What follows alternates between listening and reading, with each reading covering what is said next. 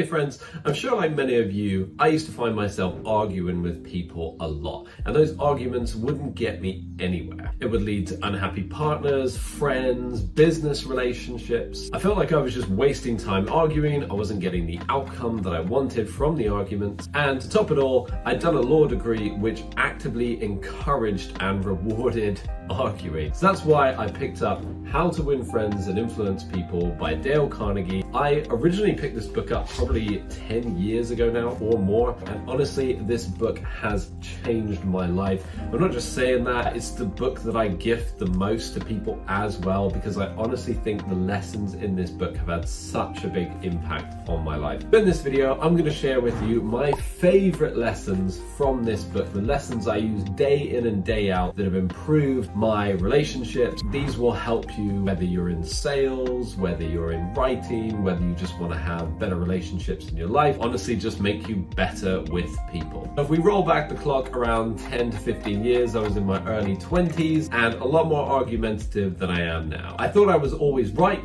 and if I couldn't get people to see things from my perspective, then I would just get really angry and frustrated and argue more. And no matter how much I yelled, I shouted, I stamped my feet and lost my temper, I just couldn't get them to see things from my perspective, even when I knew that I was right. If anything, they would just become more convinced that they were right and that I was wrong. So it had the opposite effect. And this leads me on to the first lesson in the book, which is that you can't win an argument. In the book, Dale uses the example of a dinner party that he's been invited to. The host mentions a quote, and the host is convinced that that quote comes from the Bible. Dale knows that it has come from Shakespeare, so Dale corrects him, and he expects the host to say thank you for correcting me and providing the correct information, but instead the host just becomes more and more belligerent that he is right. And in fact, Dale then asks one of his friends who invited him to the party to back him up and says, come on, you know that that quote is from Shakespeare.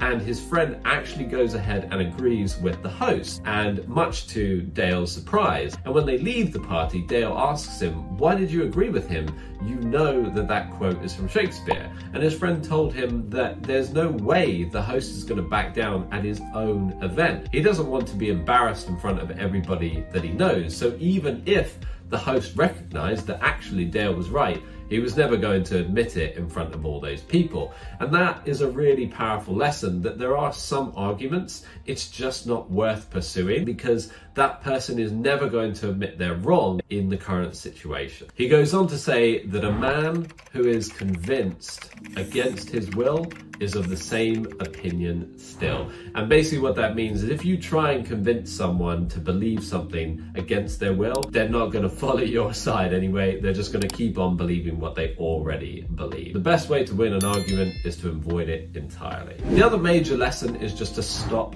talking. So listen to what other people have to say and really listen to what they're saying. Often when we're having a conversation, we'll actually be kind of queuing up, you know, as if you're on Spotify or something and you're choosing the next songs. You're kind of already picking what the next topic is that you want to talk about. You know, I've been guilty of this myself, and actually trying to push that to one side and just listen to what the other person has to say and just let them talk. That's actually going to teach you a huge amount about the other person. And in certain scenarios, if it was say customer service or if it's sales, that's going to give you all the information you need. I don't know about you, but I couldn't tell you the amount of times people call me up and try and sell me something and they talk at me for 20 minutes, but if they just asked me what I wanted, they probably could have made a sale in 5 minutes rather than just splurting out stuff that has absolutely nothing to do with what I'm looking for. And Dale actually uses the example of an upholstery salesman. So he sells upholstery for cars, and he's had to go and do a sales trip around the US, and he's lost his voice. So one of the sales meetings that he goes to, he can't talk, and instead he provides the samples, provides the information pack to the director of the company, and the director of the company does the pitch for him, which is a lot more powerful because the salesperson actually later admitted that what the director and the other company members spoke about was not included in his pitch. So he was actually going to talk about a lot of other things, and it made him realize what was actually of interest to them. And he secured the sale in that instance because actually he just didn't say anything and he let them ultimately sell the products to themselves. There are many lessons to be had from the stop talking part of the book, but the other lesson that has really helped me is we can often be guilty of wanting to boast. We want to tell people about our achievements and what we've achieved, and that's great, but of course people also want to do the same to us. And so if we want to be liked by other people, we can't just go around constantly talking about ourselves. I'm sure we've all been to parties or events where you meet someone and all they do is talk about themselves and they don't ask any questions. And usually those people you probably wouldn't be friends with after you met them at that party or carry on speaking with them. So it really does put people off, and the best way to build a connection with someone is to ask them about themselves and get them talking. A French philosopher once said, if you want enemies, then excel your friends, and if you want friends, let them excel you. The other big lesson is to get people involved in your process. So this has actually taken on a new life digitally. Content creators like myself, we get people involved in the process. So whether we're building a company, whether we are launching a new product, whether we are just building something, writing a book, whatever it may be, if we document that process, we're really opening the doors and letting people in to the process itself rather than trying to sell people on something. And Dale uses the example of a company that had built a new X-ray machine and they wanted to sell the product into hospitals. Now, they could have gone the traditional route of cold calling people, emailing and trying to do the hard sell, but instead what they did is they invited all the experts at the hospitals to come and try the product for themselves. So they said, come and try the product and give us feedback. You're the experts. We want to know what you like and what you don't like. And actually what ended up happening is these experts went ahead and bought the product because as they were testing it, they realized how much they liked it, and actually there wasn't much to be improved on at all. And of course the company that made it knew this, but by getting people involved and valuing their opinion, the consultants and the experts ultimately just sold the X-ray machines to themselves. The other big lesson from the book is to see things from other people's perspective. So this is practicing empathy. And I want to raise a point with this chapter because I think empathy and sympathy often get confused, and they're two very different things. We can see something from someone else's perspective and empathize with them, but it doesn't mean that we sympathize with their actions or what they're doing. And so here's a good example. Let's imagine there are two children, and one child, let's call them child A, goes ahead and snatches a toy from child B. Now, we can empathize with child A because he's desperate to have a go on the toy and the toy looks amazing and he wants to play with the toy.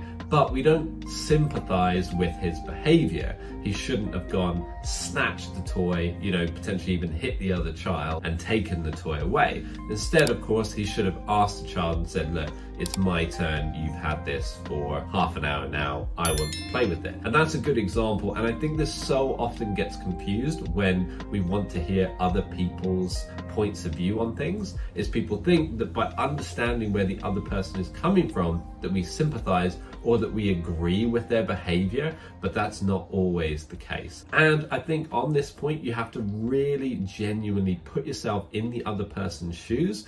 And I know for me personally, this has helped me in arguments so many times, because when I can understand how the other person sees the situation, it means that I can illustrate to them my point of view more effectively and ultimately get the resolution I would like out of the scenario. The other big lesson is to dramatize your ideas. So be more dramatic. And this comes under the classic show, don't tell. And a good illustration is that if you were to propose to someone, you would get down on one knee, and the action and the giving of the ring is actually a lot more powerful than the words themselves. And you can use this in a variety of ways in life. That is that words are good, but if you can show someone what you are trying to communicate, it will be even more powerful.